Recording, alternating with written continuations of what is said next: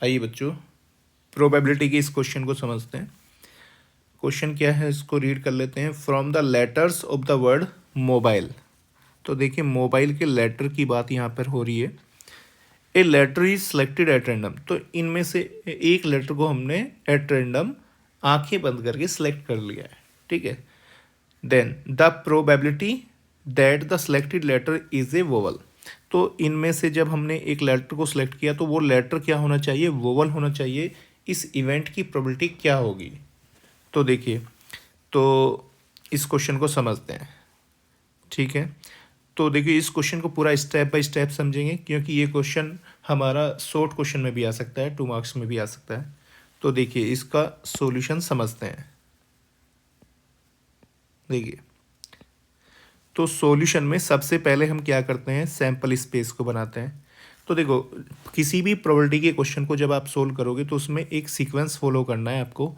सबसे पहले sample space बनाएंगे। सबसे पहले क्या करेंगे, सैंपल स्पेस बनाते हैं। उसके बाद इवेंट को डिफाइन करना है। इवेंट को क्या करना है, डिफाइन करना है। उसके बाद फेवरेबल आउटकम लिखने हैं।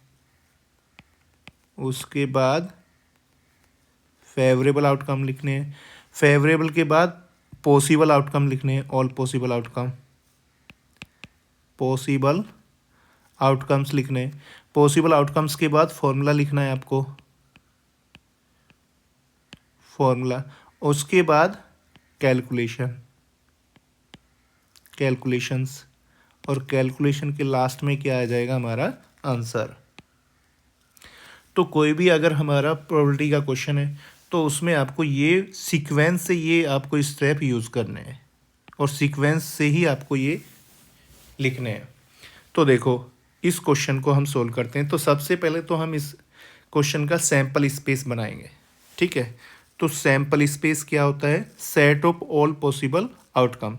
देखो जब हम मोबाइल में, देखिए ये एक मोबाइल वर्ड है, इसके एक लेटर को हम सेलेक्ट करेंगे तो वो लेटर एम भी हो सकता है, ओ भी हो सकता है, बी भी हो सकता है, आई भी हो सकता है, एल भी हो सकता है और ई भी हो सकता है, ठीक है।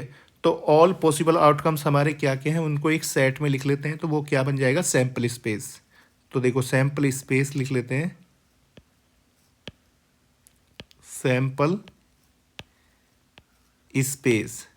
तो सैंपल स्पेस कैसे बनाएंगे, सैंपल स्पेस में एम लिखेंगे, कोमा लगा के लिखना होता है सैंपल स्पेस में, O B I L E, ठीक है। तो कितने आउटकम्स हैं, 1 2 3 4 5 6। इन आउटकम्स को एक सेट में बंद कर दीजिए। ये जो सिंबल होता है कर्ली ब्रैकेट का, इसको सेट बोलते हैं, ठीक है। तो ये क्या बन गया हमारा, set of all possible outcomes. तो सैंपल स्पेस क्या होता है, set of all possible outcome. तो ये हमारा सैंपल स्पेस बन गया। इसके बाद सेकेंड स्टेप में हम क्या करते हैं, इवेंट को डिफाइन करते हैं। तो हमारी इवेंट क्या है, गेटिंग ए वोवल। वोवल हमें मिलना चाहिए। तो हम इवेंट को यहाँ पर डिफाइन कर सकते हैं, let E be the event, let E be the event of getting vowel, ठीक है। तो ये हमने इवेंट भी डिफाइन कर दिए।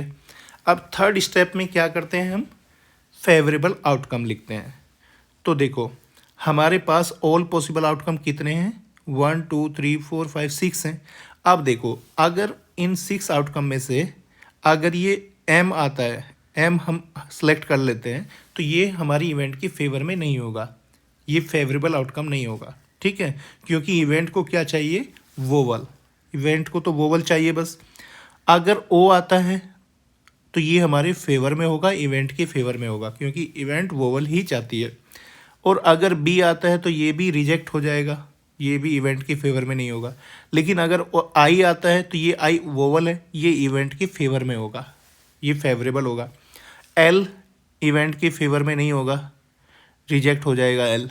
और ये ई भी क्या होगा, फेवरेबल होगा, इवेंट के फेवर में जाएगा। तो देखिए टोटल कितने हैं हमारे पास, टोटल 1 2 3 4 5 6 हैं, 6 लेटर हैं। इन 6 लेटर में से केवल 3 लेटर क्या हैं, इवेंट के फेवर में है। तो फेवरेबल कितने हैं, 3।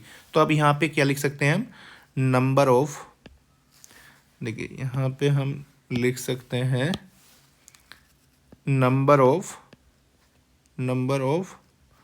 All favourable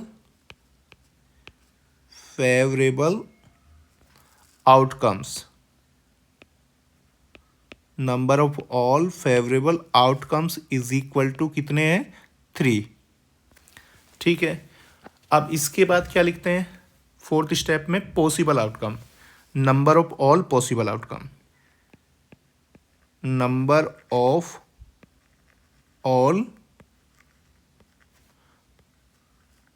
possible outcomes.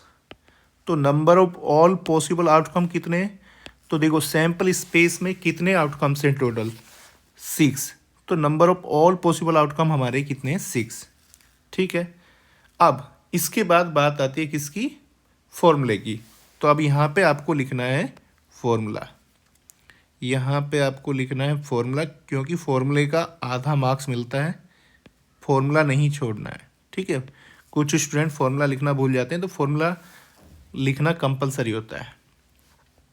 तो देखिए फॉर्मूला क्या होता है, प्रोबेबिलिटी। देखिए प्रोबेबिलिटी को हम शॉर्ट में पी बोल सकते हैं, प्रोबेबिलिटी ऑफ इवेंट ई, ठीक है, इज इक्वल टू, क्या होता है फॉर्मूला, देखिए फॉर्मूले में हम ऊपर क्या लिखते हैं, number of all favourable outcome, ऊपर फेवरेबल और नीचे पॉसिबल, नंबर ऑफ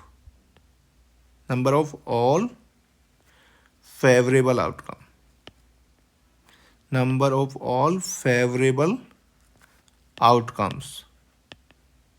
ठीक है, और नीचे क्या लिखते हैं, number of all possible outcome, number of all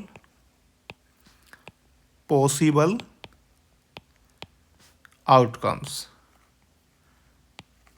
ठीक है, तो ध्यान रहे आपको, ऊपर क्या आएंगे, फेवरेबल आउटकम, और नीचे क्या आते हैं, पॉसिबल आउटकम। ठीक है, तो इस फॉर्मूले को याद रखना, इसको उल्टा कर देते हैं कुछ लोग। ठीक है, उल्टा नहीं करना है इसको। तो देखो हमें क्या करना है, प्रोबेबिलिटी फाइंड करनी है, किसकी फाइंड करनी है, इवेंट ई की।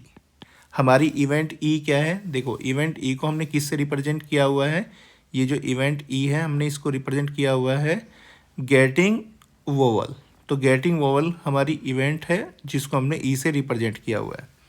तो अब हम यहाँ पर इवेंट ई की क्या फाइंड कर रहे हैं, probability of event E is equal to, तो देखो ऊपर क्या लिखेंगे, number of favourable outcome, favourable outcome कितने हमारे, 3, और नीचे क्या लिखेंगे, number of all possible outcome, possible outcome कितने हैं, 6। ठीक है, अब इसको थोड़ा सा सिंप्लीफाई कर लीजिए, 3 1 जा 3, 3 2 जा 6, तो कितना आंसर आ जाएगा, प्रोबेबिलिटी ऑफ इवेंट ई कितनी आ जाएगी, 1/2। ठीक है, तो 1/2 क्या आ जाएगी प्रोबेबिलिटी, बात समझ आएगी। देखिए अगर ये डेसिमल में होता तो डेसिमल में ये होता 0.5। ठीक है, और अगर ये परसेंटेज में होता है तो परसेंटेज में इसको हम लिख सकते थे 50%।